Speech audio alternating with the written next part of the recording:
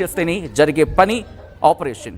So ఇక్కడ 1949 ఆ ప్రాంతంలో ఇది ఏర్పడిన తర్వాత కూడా ఆపరేషన్ మాత్రం 1972లో చేసింది. బట్ ఆ ఆపరేషన్కి వెళ్లే ముందు ఈ 4 విభాగాలు ఎలా కోఆర్డినేట్ చేసుకుంటా ఒకసారి మీకు చెప్తా. మొసాద్లో జొమాట్ అనే విభాగం ఉంది కదా, అది మొసాద్లోని అతిపెద్ద విభాగం. విదేశాల్లో గూఢచర్య ఆఫీసర్స్గా కూడా ఉంటారు. అంటే సపోజ్ మన భారత్లో ఉన్నారనుకుందాం, ఫర్ సపోజ్ ఐఎమ్ సెయింగ్, మన భారతదేశంలో మన అధికారుల్లో ఒక అధికారిగా ఉంటారు, బట్ మనకు తెలియదు వాళ్ళ అధికారం చెప్పి. సో అంతలా కలిసిపోతారు అన్నమాట. దాంతోపాటు వీళ్ళని కత్సాస్ అంటారు, స్థానికులతో సాన్నిధ్యంగా ఉంటుంటారు. ఆ దేశంలోని అత్యున్నత పదవులకు వెళ్ళి సమాచారాన్ని సేకరిస్తూ ఉంటారు. సో వీళ్ళు అలాగా వర్కౌట్ చేస్తారు, కొన్నేళ్ల పాటు ఉండిపోతారు. అటువంటి విభాగం, కీలకమైన విభాగం ఈ జొమాట్. ఆ తర్వాత కేసీఆర్ ఇది ఇన్ఫర్మేషన్ మీద పనిచేసుకుంటూ పోతుంది. ఈ జొమాట్కి సంబంధించిన విభాగం ఇచ్చిన ఇన్ఫర్మేషన్ మీద పనిచేసుకుంటూ పోతుంది. ఇది విదేశాల్లో ఆపరేషన్స్ చేస్తూ ఉంటుంది. దీని కింద కిడోన్ అనే ఒక యూనిట్ ఉంటుంది. ఆ యూనిట్ శత్రువుని మట్టు పెడుతుంది అన్నమాట. దాంతోపాటు కిషత్ అనే యూనిట్ ఉంటుంది. ఇది ఎలక్ట్రానిక్ నిఘా విభాగం, శత్రు సమాచారంపై అక్కడ నిఘాను ఉంచుతుంది. ఆ తర్వాత లైక్ కాల్ ట్రాపింగ్ కావచ్చు. ఇలాగా మెత్సదా ఫారెన్ కంట్రీస్లో విధ్వంసాన్ని సృష్టించడంలో కీలక పాత్ర వీళ్ళది. ఈ నలుగురు కూడా కీలకమైన ఆపరేషన్ చేస్తారు. ఈ ఇన్ఫర్మేషన్ని మొసాద్కి అందిస్తారు. ఈ మొసాద్ అక్కడ ఇజ్రాయెల్ డిఫెన్స్ ఫోర్సెస్కి అందిస్తుంది.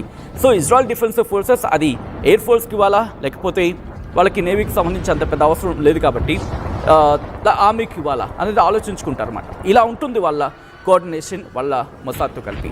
సో ఇప్పుడు ఇజ్రాయెల్కి ఏ మేరకు నష్టం జరిగిందనుకోవాలి, ఇప్పుడు ఇజ్రాయెల్ ఎలా అడుగులు వేసే అవకాశం ఉంది తెలుసుకునే ప్రయత్నం చేద్దాం. మా ప్రతినిధి కృష్ణమోహన్ అప్డేట్స్ అందించేందుకు సిద్ధంగా ఉన్నారు. కృష్ణమోహన్, ఇటు మొసాద్ మీద ప్రతీకారం తీర్చుకుంది ఇరాన్. మొసాద్ హెడ్ క్వార్టర్స్ మీద దాడికి పాల్పడింది. ఈ నేపథ్యంలో ఇప్పుడు ఇజ్రాయెల్ పరిస్థితి ఏంటి? ఇజ్రాయెల్ నెట్టుకు రాగలదా యుద్ధాన్ని? అంటే ఇజ్రాయెల్ నిన్నటి వరకు ఇరాక్ ని తిప్పులు పెట్టిన ఇజ్రాయెల్ కి ఈ రోజు ఇరాన్ మాత్రం ఇజ్రాయెల్ కి పెద్ద దెబ్బ కొట్టిందనేది చెప్పాలి. ఇజ్రాయెల్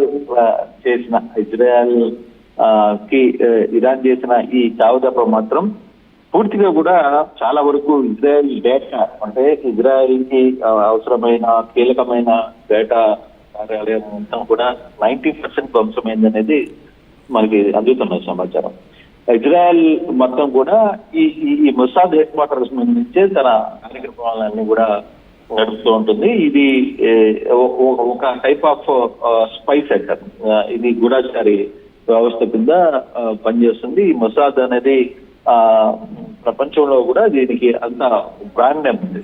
ఈ మొసాద్ వ్యవస్థ కూడా దీనికి సంబంధించిన క్వార్టర్స్ ప్రపంచంలోనే అత్యంత శక్తివంతమైన గూఢచార సంస్థగా మొసాద్ ని చెప్తుంటారు. అందుకే ఇజ్రాయెల్ టెక్నాలజీని చాలా దేశాలు కూడా ఈ రహస్య గూఢచారాలకి చాలా వరకు కూడా వాడుకునే పరిస్థితి ఉంటుంది.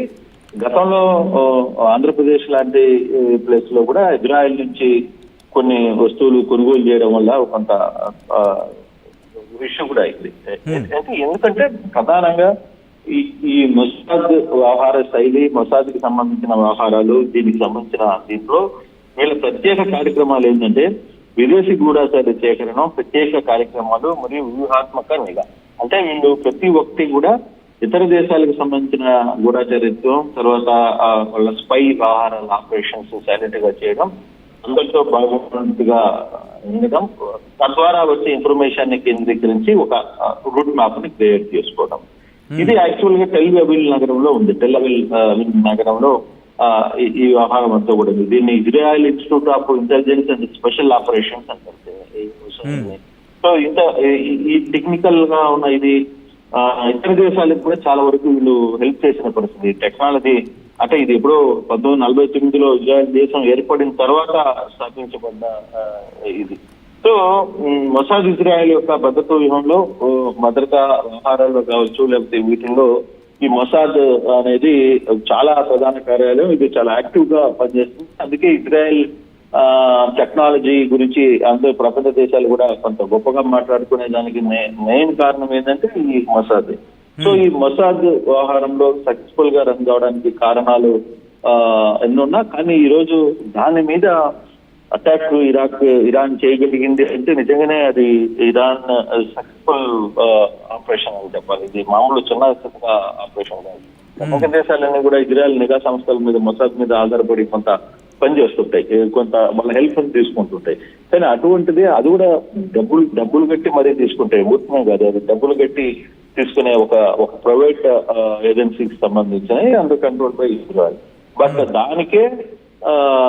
దాని మీదనే ఈరోజు ఇరాన్ అటాక్ చేస్తుందంటే దాన్ని పసికట్టలేకపోయిందా ఏంటి అనేది కొంత చర్చించాల్సిన పరిస్థితి. చాలా ఇంపార్టెంట్ మేజర్ రోల్ కిందనే చూడాలి. ఒక ఇరాన్ దీంట్లో మొసాద్ కార్యాలయం మీద దాడి చేయడం, మొసాద్ని మట్టుకు కూర్చోడం కూడా దీన్ని సక్సెస్ఫుల్ ఆఫ్ ఇరాన్ అనుకోవాలి. ఇప్పుడు దాకా చరిత్రలో ఇన్నేళ్ల చరిత్రలో ఎక్కడ కూడా ఆ ఇష్యూ జరగల.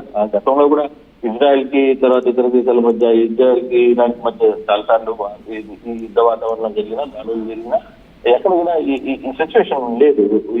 కానీ ఈసారి మాత్రం ఇరాన్ చాలా ప్లాన్ ఆఫ్ యాక్షన్ తోనే ఈ వ్యవహారాన్ని నడిచిందని చెప్పాలి. దీంతో మరి ఇప్పుడు ఇజ్రాయెల్ యాక్షన్ ఎలా ఉండబోతుంది, ప్లాన్ ఆఫ్ యాక్షన్ ఏ విధంగా ఉండబోతుంది, వాళ్ళకున్న పూర్తి సమాచారం అంతా కూడా నేలమట్టమైందనే సమాచారం అందుతున్న నేపథ్యంలో వాళ్ళు ఎలా ముందుకు వెళ్తారు. ఇరాన్ చేసిన ఈ సాహసం మాత్రం ఇది పర్ఫెక్ట్. అంటే ఇరాన్ చరిత్రలో ఒక ట్రాక్ రికార్డుగా పెట్టుకోవాల్సిన పరిస్థితి. అంటే అంతటి వ్యవహారం ఇరాన్ చేయగలిగింది ఇజ్రాయెల్ మీద. అయితే ఇప్పుడు ఇజ్రాయెల్ ఈ యాక్షన్ ని ఎలా తీసుకుపోతుంది, ఏ విధంగా రియాక్షన్ ఇవ్వబోతుంది అనేది చూడాలి. ఇప్పటికీ ఇరాన్ బాగా ఇజ్రాయెల్ దాడుల్లో పూర్తిగా కూడా దెబ్బతినింది. చాలా వరకు గ్రామాలు వదిలి వెళ్ళిపోతున్నారు.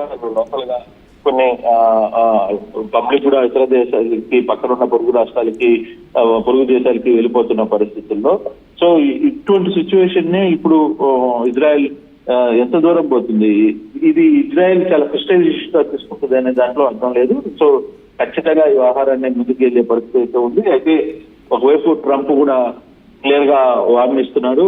ఆల్మోస్ట్ ట్రంప్ కూడా దీంట్లో యుద్ధంలోకి దిగే పరిస్థితి కనపడుతుందనే ఒక సమాచారం కూడా వస్తున్న నేపథ్యంలో ఈ రోజు రాత్రి రేపు జరగబోయే దాడులు ఏ విధంగా ఉంటాయనేది మాత్రం కొంత ఆందోళన కలిగించే అంశమే సచిన్.